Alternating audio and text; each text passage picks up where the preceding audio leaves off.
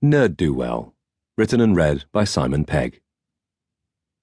The cave seemed to go on forever, a vast tectonic bubble receding to an infinity of shadow. Powerful spotlights lit various areas where trophies and keepsakes hinted at past adventure, and an array of impressive vehicles gathered, an awesome assemblage of potential and kinetic energy. Elsewhere, the blackness folded in on itself, swirling into corners, endless, impenetrable, much like the mind of the man who sat at its flickering heart. The hub was comprised of a central console surrounded by various readouts and screens. Data from across the globe ticked into the mainframe to be displayed, analyzed, and evaluated by the figure sat in thoughtful repose amid the array. This was his lair, his base, the place he felt most relaxed, most centered, most at home. It was like the Batcave, but with faster Wi-Fi. Simon Pegg scanned the myriad info screens, searching, penetrating, squinting in a way that made him even more handsome. Across the feed bank, a dizzying strobe of information flickered before his steel blue with a hint of rust eyes. Stocks and shares rose and fell, disasters, wars, a cat attacking a baby on YouTube, an old woman ravaged by hunger holding out her hands in supplication to a faceless militiaman impassively pointing a rifle at her head. "It's not fair!" Pegg's bitter mumble cracked across his lips. "That cat should be put down!" "There's a telephone call for you, sir," a metallic voice chirped over the intercom. "Jesus, Canterbury!" Pegg yelped. "Can't you make a ding-dong noise or something? It really makes me jump when you just speak like that." "I'm sorry, sir," apologized the faithful robotic butler. "I didn't mean to startle you." "Don't worry about it," said Pegg, putting his feet up on the dashboard and pretending not to be freaked out. "Who is it? Lord Black, I suppose, with another fiendish plot to bring about the end of the world." "No, sir," replied Canterbury patiently. "Good," huffed Pegg. "I hate that twat."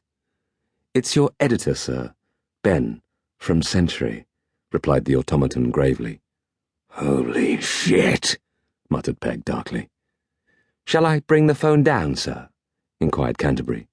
"Well, can't you just patch it through?" whined Pegg like a teenager who didn't want to go to the shops for his mum because he was about to have another wank. "No, sir," replied Canterbury. "It's on your iPhone, which was down the side of the sofa in the drawing room." "I wonder where that was," said Pegg, brightening slightly. "Bring it down." "Very well, sir," returned Canterbury, seemingly unaffected by Pegg's erratic mood shifts. "Oh, and bring me a Coke Zero," said Pegg, signing off. He scratched his chin and narrowed his eyes, knowing full well what Ben from Century wanted, and worrying slightly that his editor would think his telecommunication system was a bit rubbish. "Ding-dong," said Canterbury over the intercom. "Fuck!" said Pegg, clutching his heart dramatically. "I didn't mean say ding-dong. I meant get a thing that makes a ding-dong noise." "It seems to me, sir," reasoned Canterbury, trying not to sound patronizing, "that any noise I employ to alert you to my presence will sound without warning and give you a fright." "What do you want, Canterbury?" growled Pegg. "We've only got Diet Coke, sir. The ones reserved for guests," replied his faithful mechanized friend. "Gah!" retched Pegg. "Everyone knows Diet Coke marketing specifically targets women and effeminates, and I'm neither." "There is regular Coke, sir," offered Canterbury. "The Ocado man delivered a six-pack by mistake." "You allowed Fatty Coke into this house?" Pegg whispered, secretly pleased. Canterbury said nothing. "I suppose it will have to do," huffed Pegg quickly. "But check the order next time. Remember that whole Volvic Evian debacle." Pegg's response was met with an impassive acknowledgement from his chamberlain, and silence fell across the cave once more. Pegg felt a tinge of guilt in his gut and fingered the intercom. "Canterbury?" Nothing. "Come on, Canterbury, I know you can hear me," insisted Pegg. "It's not like you can hang up. The comlink's inside your head." "Canterbury!" An electronic bell sounded to Pegg's right, making him jump.